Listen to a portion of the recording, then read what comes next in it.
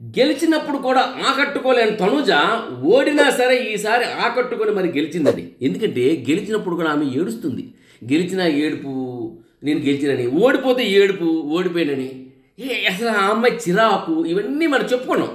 కానీ ఏ మాటకి ఆ మాట చెప్పుకోవాలి. భరణి గారికి సపోర్ట్ ఇస్తున్న ఈ తనుజ, అంటే తన బంధానికి సపోర్ట్ ఇస్తున్న తనుజ ఈరోజు తను ఓడిపోయినప్పుడు ఏడ్చింది సుమన్ చేతిలో. కానీ అక్కడ ఒకటే, నువ్వు ఊరుకో అని చెప్పి ఇమాన్యుల్ ఏదో అంటున్నప్పుడు, లేకపోతే మిగతా వాళ్ళు పవనం ఏదో అంటున్నప్పుడు, పవన్ గారా ఇదేమో స్కూల్ గేమా చెప్పు, ఓడిపోతే ఊరుకోవడానికి అన్ని బంధాలు విడిచిపెట్టి ఇక్కడ వచ్చాం కదా, అయినా నేను ఓడిపోయినని ఏడుపు వస్తుంది కాబట్టి ఏడుస్తున్నాను. అలాగని చెప్పి నేను ఓడిపోయినని ఏడుస్తున్నాను, కానీ సుమనన్న గెలిచానని ఆడట్లేదు. సుమనన్న గెలవడం నాకు ఇష్టమే, కానీ నేను ఓడాననే ఏడుస్తున్నాను అని క్లారిటీగా చెప్పింది. అంతే, ఆ క్షణంతో అది వదిలేసింది.